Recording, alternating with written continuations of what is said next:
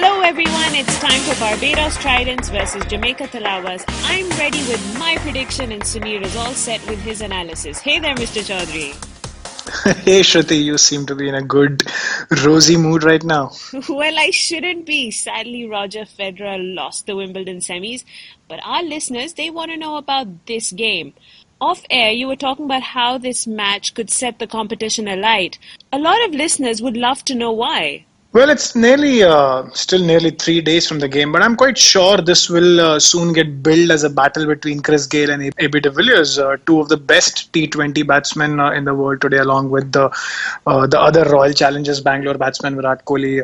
Juxtapose that next to the fact that the pitch at Barbados can be expected to be a hard and bouncy one, at least as compared to the one that we've seen in Guyana. I think it's safe to say that we can expect at least one of them will tee off and get a big one and entertain the crowd. So, yep, in that sense, should be an interesting one. So speaking of the hosts, Barbados, what do you make of their team?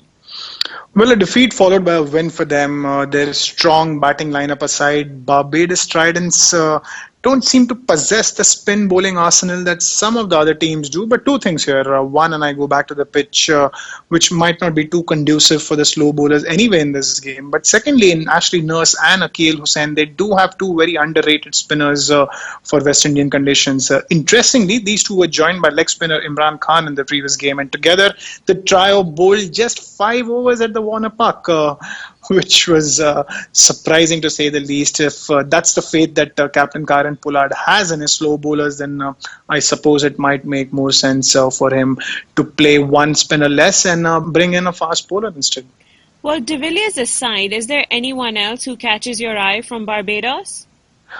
Interestingly, Captain Pollard started off in the competition with a first ball duck, but came up with a very useful 13 ball 25, an unbeaten 13 ball 25 that in their chase of 163 against the Patriots next game. I hope to see de Villiers and Pollard bat together for a reasonable stretch of time.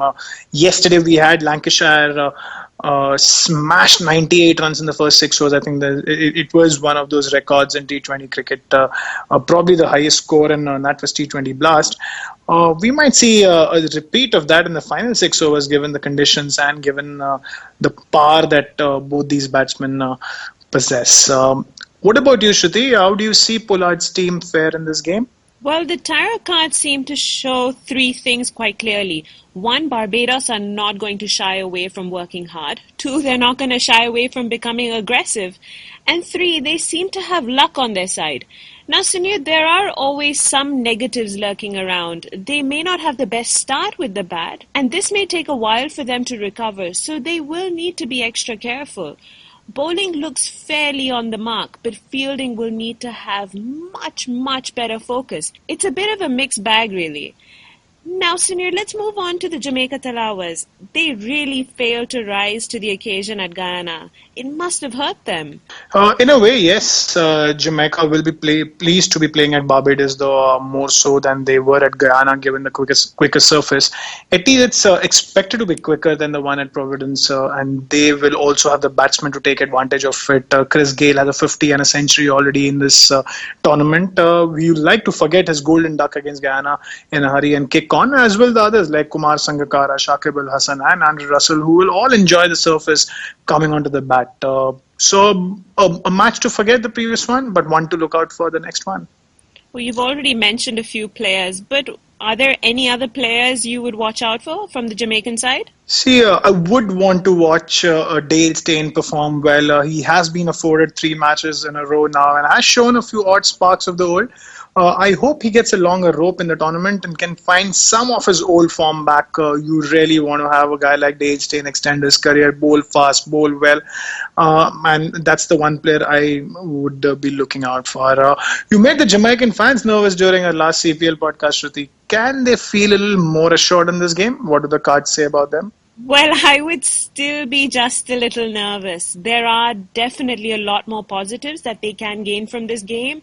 Batting should be so much better, but bowling may not be able to maintain consistency, and honestly, neither should their fielding. So I'm not sounding very positive because the Tallawahs may get unnecessarily nervous despite having multiple positive opportunities. They will need to maintain the balance they start off with if they're to win this one. So, on to our calls. What's your call, Suneer? I will just be going with the team chasing the score on a good pitch to win this game, Shruti. Your call? Well, straight up for me, it's Tara Advantage Barbados Tridents. Well, any reason why? Well, I just find that Jamaica's going to get really nervous towards the end, where it really, really matters. So that's why I'm going with Barbados Tridents. All right, that's a good one. But that's it for today. That's all we have for today. We will be back with another episode of the Caribbean Premier League. But for now, do subscribe to our podcast. You can also follow us on Twitter. We have a Twitter account now, Twitter handle, which goes by the name of World Cricket Chat.